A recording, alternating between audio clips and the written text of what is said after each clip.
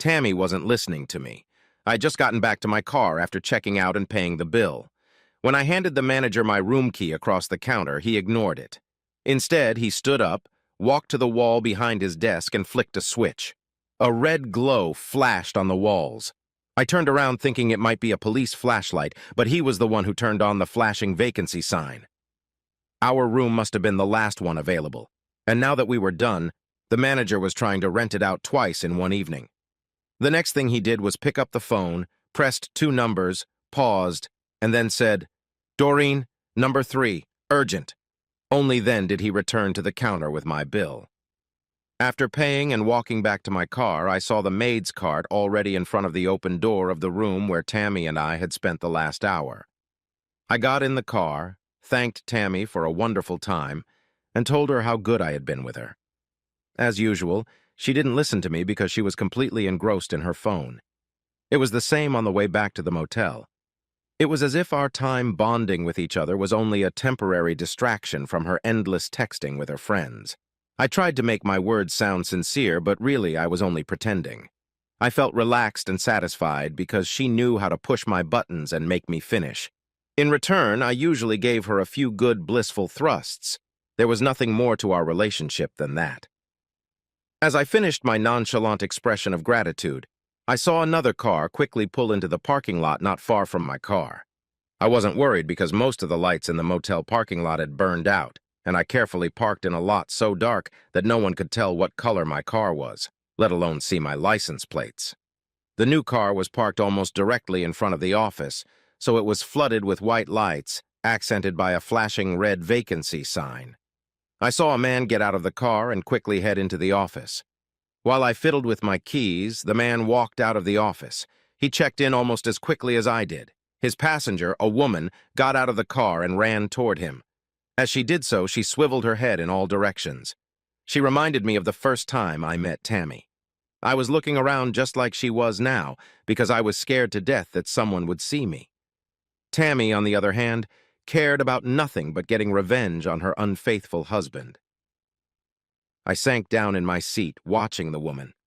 I knew I was in the dark and she couldn't see me, but there was no point in taking any chances. The woman stepped into the streak of white light, the vacancy sign flashed bright red, and her worried face was clearly illuminated. My heart stopped. It was Helen. 2 seconds later, they were at the room door. The maid had already left. My wife entered the room and the door closed behind them. My first impulse was to jump out of the car, break down the door, beat the man half to death, and drag Helen by the hair to my car. But I pulled myself together and took a deep breath. I looked at Tammy to see if she'd seen anything. She was completely engrossed in her phone. When I calmed down, I got scared. My throat constricted. I felt like someone was choking me to death. These were my physical and mental reactions to the realization that I could stop Helen before she cheated, but if I did, it would destroy our marriage. I started the car because I didn't trust myself. If I stayed there, I could do something I would regret for the rest of my life. I quickly drove to the mall where Tammy had left her car. As usual, I parked a few rows behind. She sensed the car wasn't moving, looked up, saw where we were, and opened the door. Bye, bye, bye. A second later, she disappeared from my sight. I looked around the parking lot and saw no one. I screamed, and then I couldn't take it anymore and burst into tears. I pounded the steering wheel so hard that my hand hurt. I wanted to bang myself on the head, too, hard enough to chase away the thoughts that were running wild in my brain. I don't know how long it was before I calmed down.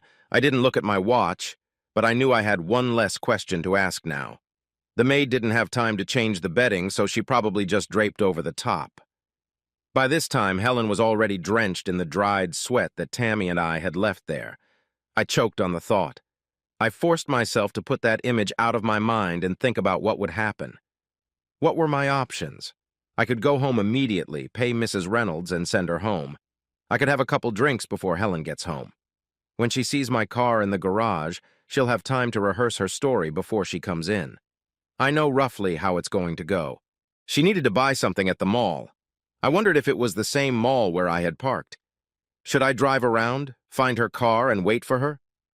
Helen is a careful planner like me. She's probably bought what she needs in advance and keeps it in her trunk.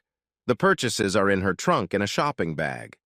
Later that evening, when he drops her off at the mall, she'll go inside with her bag and walk around a bit, hoping to meet someone she knows so she'll have a witness that she went shopping there tonight. Then she'll walk with her bag to her car. That's what I'd see if I happened to find her car and caught her by surprise. She'd be surprised to see me when she got home because I told her I had to work late and wouldn't come over until she was asleep. I wondered if she called me at the office to check on me before she left home. It didn't matter because my rear was covered. If my phone switched directly to voicemail, she knew that meant I was talking to a client after hours. There was no one else in the office to chat with. After my dates with Tammy, I always rushed back to the office and worked alone for a couple hours. I would wait for a call from Helen that she was going to bed and then leave after a while and drive straight home. No need to go back to the office tonight. I don't think Helen will call me from the motel. What should I tell her when she gets home? Should I try to confuse her? I could start by asking her what she bought. Was she at the mall where my sister works? Had she seen it? She certainly wouldn't look haggard and sweaty. She'd shower and look fresh as a daisy for Mrs. Reynolds' sake. Suppose I were to look into her eyes. What would I see? As soon as I thought of that scene, I realized it would never happen. I never asked her about shopping. Maybe I could get away with a one-time question, but after that, Helen's antennae would go up. I shuddered as I imagined how things would play out. What started with me questioning her would end with her questioning me. She wouldn't rest until she knew what was on my mind. I would try to keep quiet, but it would end the same way it always did. She'd find a way to make me tell her everything. She would confess and explain to me her reasons for deceiving me. She would probably admit that they weren't good enough. The only reason good enough would have been revenge, but that wasn't it. If she knew I was at the motel and intended to get back at me, she would have walked up to my car holding a man's hand and spit out my window before entering the room. She would also turn around at the door and give me the middle finger before entering. If I started breaking down the door, she would call the police and let me spend the night in jail. No, she had no idea I was there. She was there for herself. Why? Wasn't I enough for her? She never seemed unsatisfied in bed. If she wanted something special, she always told me. It was rare. Helen was usually optimistic and positive. She always had a smile on her face. I tried to remember if there was any indication that she was dissatisfied with me. Suddenly, it hit me. About a month ago, she asked me if I was getting bored with her. I immediately and forcefully told her how crazy that sounded. She was and always will be the most exciting thing in my life. Now it was like being struck by lightning where that question came from. It wasn't resentment, it was disappointment. How many times had she been left disappointed?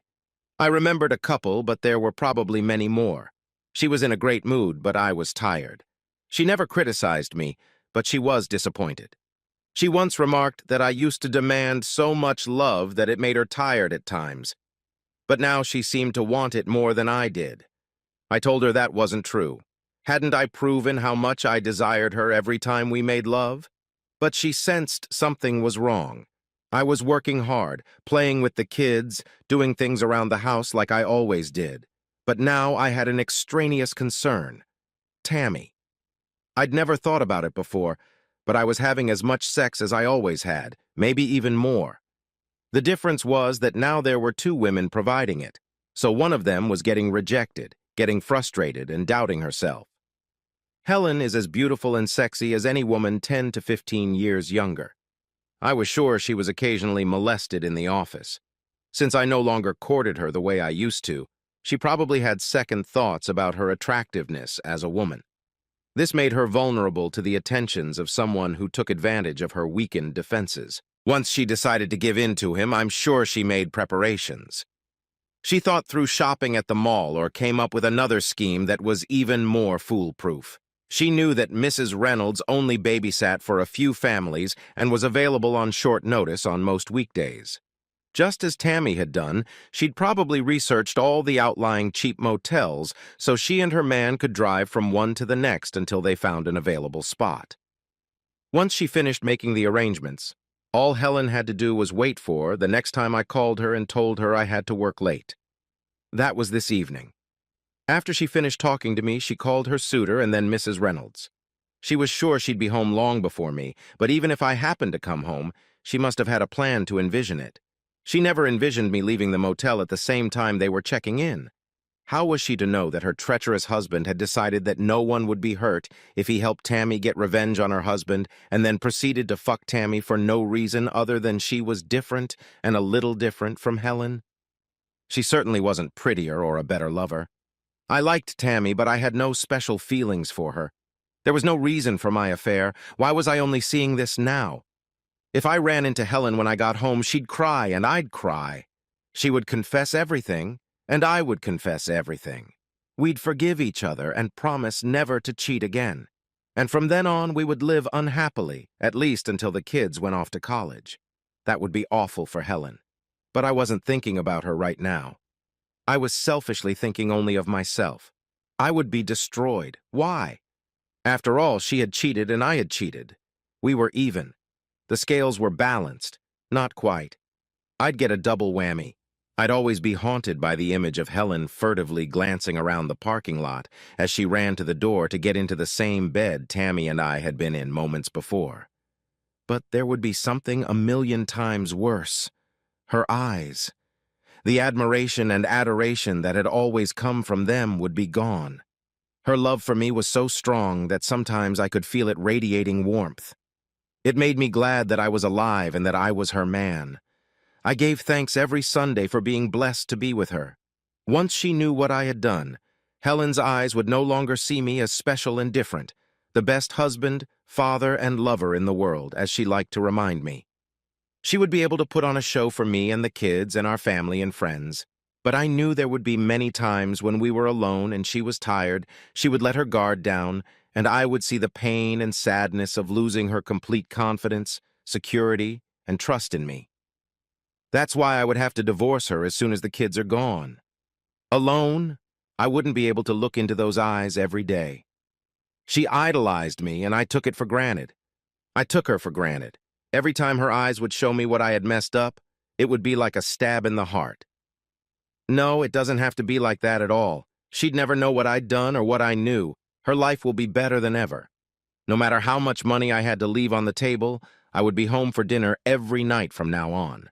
I didn't take many business trips, but that's all behind me now. We don't need the money that much. I'm going to stick to her like glue so she won't even think about leaving me again. She's going to get more sex from me. I won't stop until she tells me she's in too much pain to continue. I'll count how many times a month I've made her finish, and I'll try to break the record as often as I can. We'll do things together that we've never done before. One night, we're going to sit down and write wish lists and work on them together. It will shine through. For a moment, I wondered if Helen would ever regret her infidelity, enjoying her charmed life with a husband she considers faithful and our wonderful children. Probably not if she's like me. When I was with Tammy, I never thought about Helen. I knew she would never know, and what she didn't know wouldn't hurt her. Helen will probably feel the same way. I am her happy, faithful husband, and she is my devoted wife. Since it only happened once, it meant nothing. If she has any guilt, she'll let it go, making it up to me in weeks or months. Eventually, it would all fade from her mind, and she could forget it ever happened at all. But I don't. I already know that no matter how hard I try to put it out of my mind, I'll never forget the night she walked into the room after me.